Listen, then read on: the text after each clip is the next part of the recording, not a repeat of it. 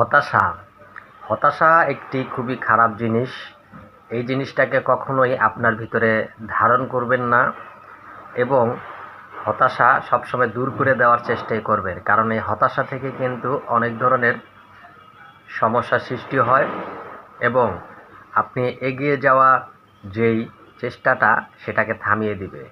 তো সেই জন্য অবশ্যই হতাশ হওয়া যাবে না।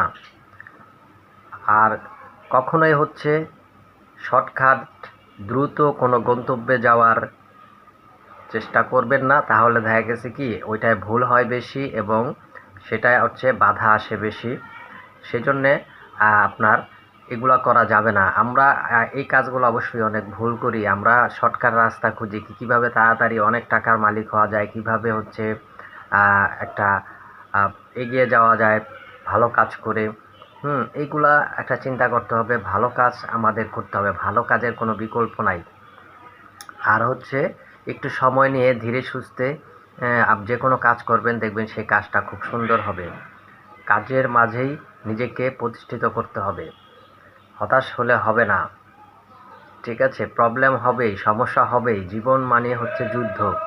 জীবন মানে একটা আপনার চ্যালেঞ্জিং লাইফ। হ্যাঁ, যার জন্ম হয়েছে তারই আপনার জীবনের সাথে যুদ্ধ করে এগিয়ে যেতে হবে এবং তার জীবনের প্রতিটা ক্ষেত্রেই শিক্ষা নিতে হবে। শিক্ষার কোনো বিকল্প নাই। শিক্ষা নিতেই হবে।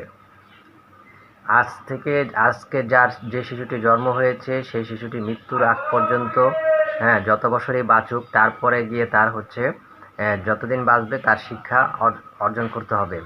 যত শিক্ষা অর্জন করবে তার জন্য তত ভালো, ঠিক আছে? যেমন আমরা কিন্তু প্রথমেই হাঁটতে পারি নাই। আমরা দেখা গেছে যখন জন্ম হয়েছে তারপরে আমরা হাঁটার চেষ্টা করছি, তারপরে আমরা হাঁটতে পারছি।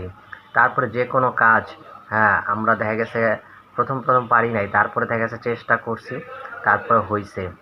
তারপরে দেখা গেছে কি আমরা বিজনেস করি, অনেকে বিজনেসে লস খাই।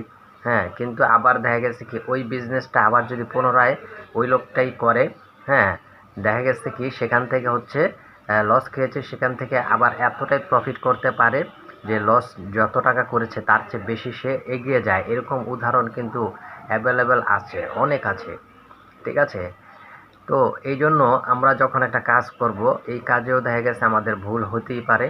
আমরা সেখান থেকে আমাদের কিছুটা সময় লস হতে পারে, আমাদের দেখা গেছে কিছুটা আপনার হবে, আমাদের টাকা পয়সা, আমাদের অর্থনৈতিকভাবে আমরা হয়তো ক্ষতিগ্রস্ত হতে পারি। কিন্তু আমাদের যদি ধৈর্য থাকে এবং আমাদের যদি চ্যালেঞ্জ থাকে যে না, আমরা এখান থেকে একটি সফল হব, যেভাবেই হোক এখান থেকে আমরা সফল হবই, এই চেষ্টাটাই দেখবেন আপনাকে সাকসেসের পথে নিয়ে যাবে। আর মানুষের পিছনে সবসময় লেগে থাকবে, এটাই নিয়ম।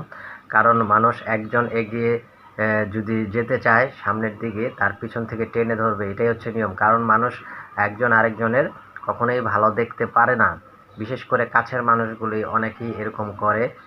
কিন্তু বোঝা যায় না। সামনে আসলে তারা খুবই ভালো মিষ্টি কথা বলে, কিন্তু পিছন থেকে কিন্তু তারা চায় যে ও এত এগিয়ে যাচ্ছে কিসের জন্য, তাকে টেনে ধরতে হবে।